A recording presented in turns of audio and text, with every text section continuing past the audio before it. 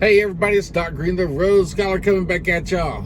It's been a while since I did a video, so I'm going to explain a few things why I haven't done any videos, because I'm getting emails and some messages on my Facebook thing asking why I'm not doing any videos. The reason I'm not doing a lot of videos lately is because really basically I haven't had a whole lot to talk about. Everything is pretty much running the same as it was the last video I did. So I don't just do videos just to be talking about things. I don't do... I don't know how to explain it. I could update you on what's happening with my truck. My truck is still in the shop after about 2 months. Supply chain issues, can't get the parts in from China. Past that, nothing really interesting in my life or in my trucking experience or anything that I think I could share with you to make your life easier, better, or more informative as far as what I'm experiencing. However, there are some things that I think that we're noticing in the trucking industry that should be explained. And I'm going to attempt to do that today. The reason I'm doing this video is it has been almost a year since my video about the supply chain explained and the lies they were pushing. You can go back and check my video back about 11 months ago when I posted that video. And back then, what was said by the President of the United States is we did not have enough truck drivers. We need to hire more truck drivers. FMCSA even came in. They shortened the length of school, and a whole lot of things went into effect that really made things a lot more dangerous out here, I guess you could say. We got drivers out here with 2 weeks of school getting their license and running. A lot of bigger trucking companies got exemptions from running the safety records and everything over these new drivers. It was a whole big mess. But here's why I want to talk about that, because I go back and I look at some older videos and I go, what did I tell people? And I remember saying about 11 months ago, when I went back and watched the video, we did not have a shortage of truck drivers. We had truck drivers all over the place in California waiting to get in to the rails and intermodal stations and the hubs and the ports and everything. It wasn't the truck drivers that were having the problem. The ports were not being manned at full strength because of the California pandemic rules that were in effect. The support for the truck drivers was not being manned at full strength because of the California pandemic support guidelines. And it caused a crisis throughout the country because almost 68% of our freight that comes from China comes through California.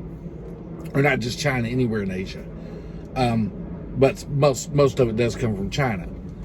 So Joe Biden was on there saying we needed more truck drivers, and we needed more truck drivers, and they're going to go and get more truck drivers, and they did. And I remember telling people in that video, and go back and look, we did not have a shortage of truck drivers. Now we have too many truck drivers. And they're saying, oh, because the economy went down and production's going down and the prices are going. And yet the statistics don't say that. Actually, production in America is actually going up. So with production going up, it should mean that we should be moving the same amount of freight or more. However, freight rates are dropping, and we lost, I want to say, close to 28, no, I would say, take that back, close to 48,000. I might be wrong on that. I know it's anywhere between 20 and 40,000. Don't know the exact number. I have to go back and look it up, but I'm not going to do that in the middle of a video. But that's how many truck driving jobs were lost last month. Record number in America. We have never lost that many trucking jobs in a month. And people say, well, it's because of inflation and people are ordering less. Yet we're producing more. And we're still behind with the supply chain. So, no, can't say that. And they say, well, it's because they went down all these explanations of the reasons they thought it was happening. The BMI was down. The warehousing workers weren't getting paid enough and going back to work. And it's found out all these things are not really true. Now, they were for a while. But now, people are going back to work because they're getting hungry and the government checks have stopped. So they are going back to work. And they are making more money than they made pre-pandemic. Now, does inflation affect that? Sure it does. It still makes it hard. And a lot of people are scared to buy goods. However, they're still manufacturing more than they were pre-pandemic. So, if we're producing more, where's it going? Is it just being stored in warehouses? No, we're pushing it. But now the rates are dropping. Why? Because we had too many truck drivers. The government did exactly what it wanted to do. They hired a bunch of truck drivers. They got a bunch of colleges training them. They got a bunch of these fly-by-night school, a lot of these schools certified and everything, and got rid of a lot of the fly-by-night schools, got a lot of these schools certified. But then bum rush students through there, and they got their license and they're out here, and now there's too many. So a lot of the other truck drivers, a lot of the old hands and everything are quitting. They're not making enough money. They're going back into other jobs, or they're just parking their trucks and not running right now. These are things I warned was going to happen. You can go watch that video. I explained that this was what was going to happen, and it is exactly what happened. It doesn't take a genius to figure these things out. I do have a little bit of advantage because I studied political science in college. That's what my degree is in. And in the process of studying political science, I've learned to... I've also watched a lot of movies about Wall Street. I know that they're exaggerating everything, but yet you can see how they find their data. And if you compare it to what is going on in the country, you can get a good idea of what's going to happen. And to be honest with you, truck drivers know before the rest of the country what's going to happen, because the rest of the country don't see it for months. We see it as it's happening. If our rates are dropping and we're not rolling, and because I'm not rolling for less than $1.62 a mile right now. Fuel prices have dropped down enough to where I can run for about $1.62 a mile. That's the lowest I can go and still make, decent $200 a day. I cannot make less than that. Well, today, everything in Atlanta, Georgia, there was nothing above $1.37 a mile. It takes me about 85 to 90 cents a mile just to pay for my lease and my fuel. That's it. Not counting my other expenses, taxes and all that. So I cannot run for $1.27 a mile, because I'd be making about, after my taxes and everything, I'd be making about 20 cents a mile. Not doing it. So I stay parked and I'll wait till tomorrow, see if it picks up. If not, I will bobtail my butt back up to a better area. However, we see this happening as truck drivers. A lot of you guys, now some of you new drivers or anything, or some of you guys that are just work for companies or something that haven't really paid attention to this kind of stuff, you may not notice it. Or some of you may go, hey, why can't the company get me freight? Or why am I sitting so long? This has nothing to do with your company. It has all to do with the government program 11 months ago, hiring all these new drivers and telling them they're going to make all this great money, and it's not here. Go imagine. The government was wrong again. Imagine that. Now, I'm not complaining about which side about what or anything. I'm saying they were wrong again. And it's a proven fact they were wrong again. So, we have too many drivers. They're quitting. We have still way too many drivers out here. We have too many trucks out here for the freight that's going. And a lot of the drivers out here don't know how to run a business. And I'm not being mean, I'm being honest. They don't know how to run a business. Simple as that. The light was coming down. Anyway, they don't know how to run a business. They don't know how much money they're making per mile. They don't know how much money they have to make per mile. They're not calculating in taxes, and the fuel jumps here and there and everything. And they didn't put enough money in their savings. Now, I know I talk about this a lot in my videos. I know probably some of y'all are probably tired of hearing it. However, I start getting calls, I start getting emails, I start getting messages, I even start getting comments on some of my older videos going, you're not making that much, or I'm not making that much, and I'm driving this and I'm driving that and everything. And then when I come down to ask them the questions, we find out they have no idea how this business works. And I didn't either for a long time. I'm not coming down on anyone, because you got to get educated in it. It's like you watch these gurus on YouTube talk about real estate and everything. There's 3,000 people selling real estate courses, which basically go buy our house for $20, put some paint on it, sell it for $1 million. We know it doesn't work. But if you do go find the right real estate people who explain step by step by step by step by step how it works, you can follow them, and you will pretty much be successful if you have the desire and drive to do so. Same thing with trucking. We have a lot of people on these channels and everything tell you what a great lease program, or lease programs suck and you can't make any money at them, or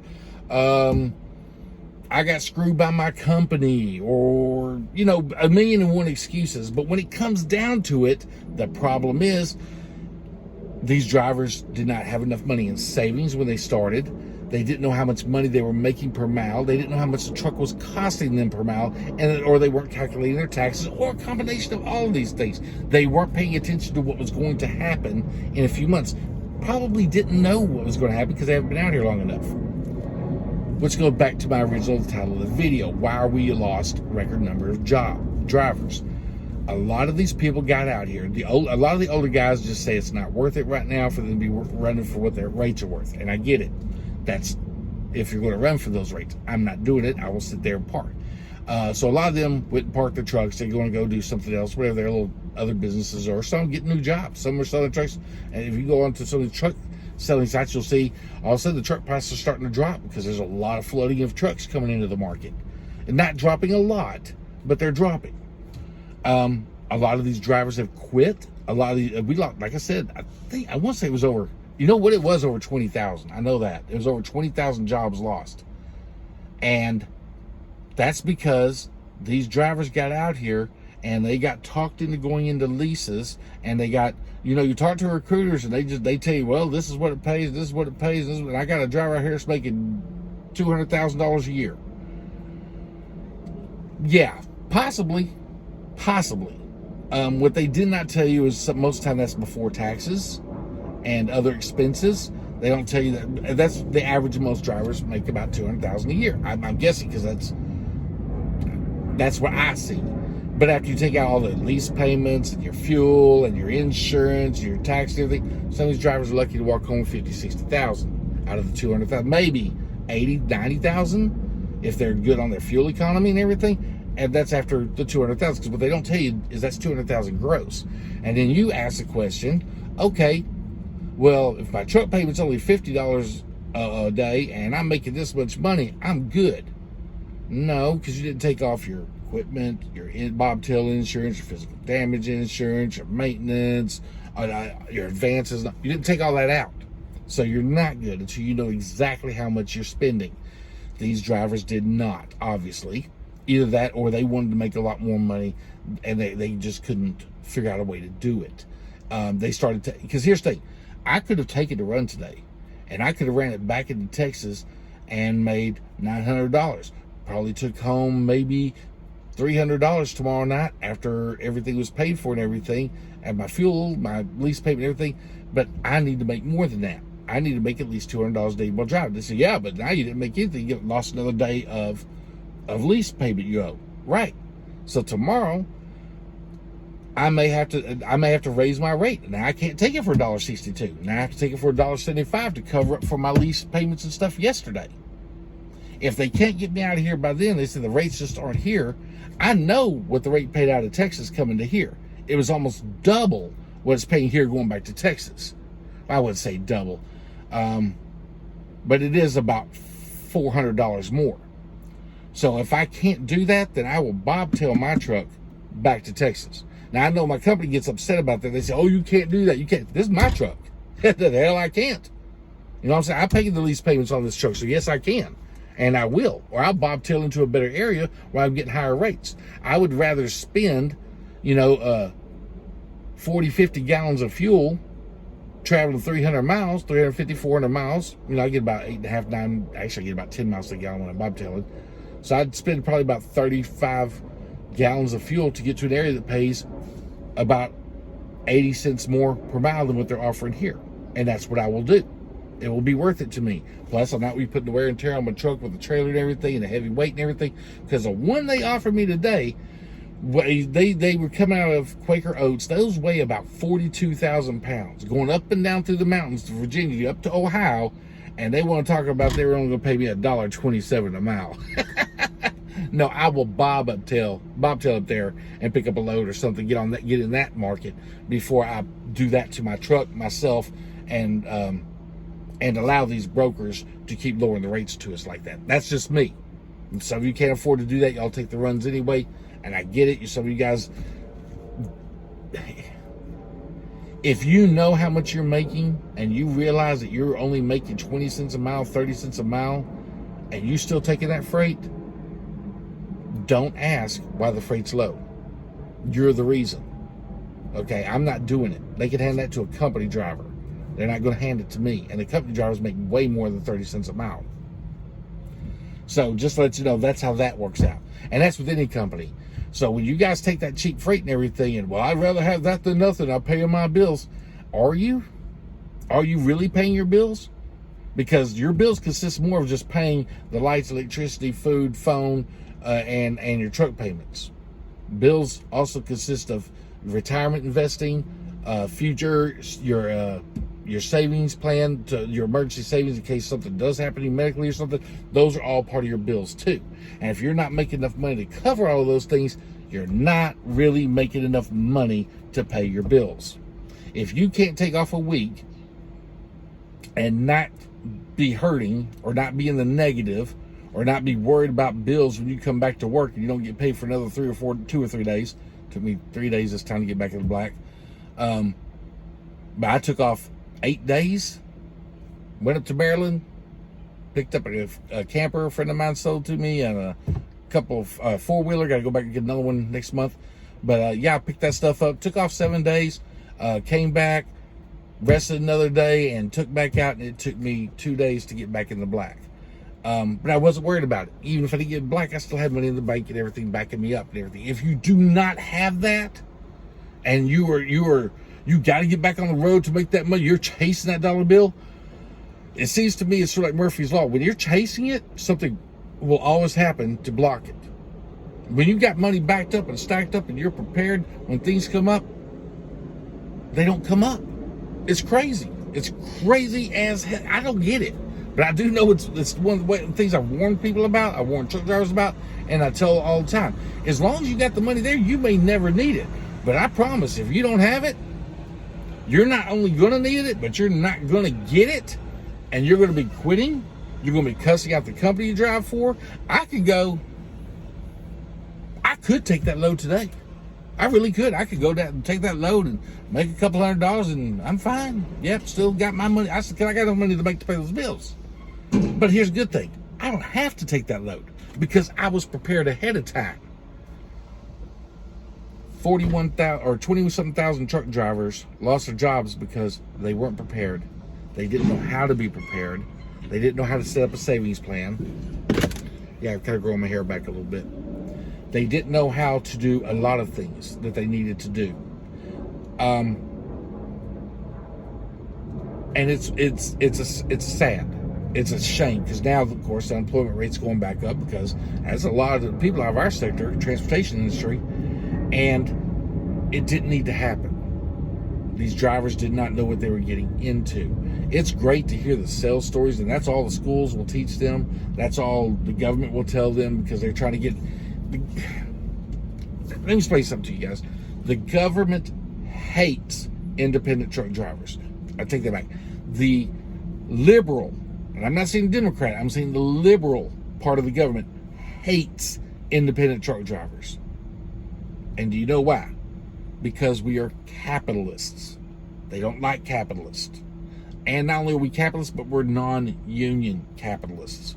And they want people to be part of the union and where they can tell you what's good for you and how to spend your money and stuff. So they do not, they don't care. Now, if a whole bunch of union teachers or union workers lost their jobs, holy crap. Do you know the amount of protests you'd be seeing in Washington right now? You see it when those unions go bust, man, or the unions, the companies can't afford to keep them open, man, they go crazy on up in government, and they blame the Republicans or the conservatives. But the liberals don't care about, they don't like capitalism. They want you to be union. They don't want you owning your own truck. They want you to work for a company so that way that they can do just like they did in California, where they made that law where you can't be an independent contractor and lease on with another company. You now have to be an employee of that company, which forces you to be a union member if that company has a union. In California, big union state. So that's what they're trying to force you to do. So they're trying to tell you this is all you're going to make and that's how you're going to cap out. And if you have dreams of buying other trucks, bigger trucks or anything like that, or more trucks and starting your own little business, they are striving to shut that down. So anyway, I just wanted to come, that's one thing I want to get on this video. I know it's a long one. I usually don't do 20-minute videos or anything, but I just, I want to come on here because that is something I do think need to be mentioned today after I seen the job report and how many drivers lost their jobs and talking to other truck drivers out here. And I just want to explain that. Guys, if you do not know how much money you're making per mile, I'm probably going to revamp that video again because fuel prices have changed, and so I'll show you how much money you need to make per mile on another video probably tomorrow. I'll do one after this, but I won't post it until tomorrow. And I will show you how to calculate how much money you need to make per mile in order to run, and how much money you need to make per day. That way you know how much money you can divide the rate by the miles and see how much it's paying and see if it's enough money for you to run that run. If not, don't do it. If you're in a position where you have to do it, you should not be in a lease position or an owner-operator position or buying a truck. If you already own your truck, you're not in that position anyway. But if you're in a position where you have to take those runs, you were not properly prepared before you either bought your truck or you began your lease purchase program. Sorry to say it. I know it sucks. It's going to sting. It's going to hurt some people's feelings. I'm not meaning to. It's just fact. And I'll tell you again, if new drivers are maybe watching this video, if you made it this far, you need $5,000 in the bank, $5,000 in the bank, not for bills next week or anything. This is like in the savings before you do a lease purchase program. If you don't have that much money, you need to be a company driver until you learn how to make that much money and save it and have it in there before you sign a lease purchase program or before you go buy your own truck. Anything. At least $5,000. I have some drivers on here get on here and say, "Oh no, you need at least 10." I get it. If that's the personal choice, but my personal thing is at least 5,000. You know, if you don't, I'll probably be hearing from you pretty soon, and then we'll have to go through this whole process. And I've caught a lot of drivers up that did not have enough money, that did not either watch my videos, or they just, because a lot of them watch my videos after they're already in here and everything, and we have to work there out a budget and figure out how to get their money back in order and everything. And I've helped a lot of drivers do that. Some drivers I gave the best advice I could to, and they found greener pastures at another company, you know, what they work better with, and there's nothing wrong with that. So congratulations to those guys too. But anyway, that's the video for today. Thank you very much for tuning in. Y'all have a great one.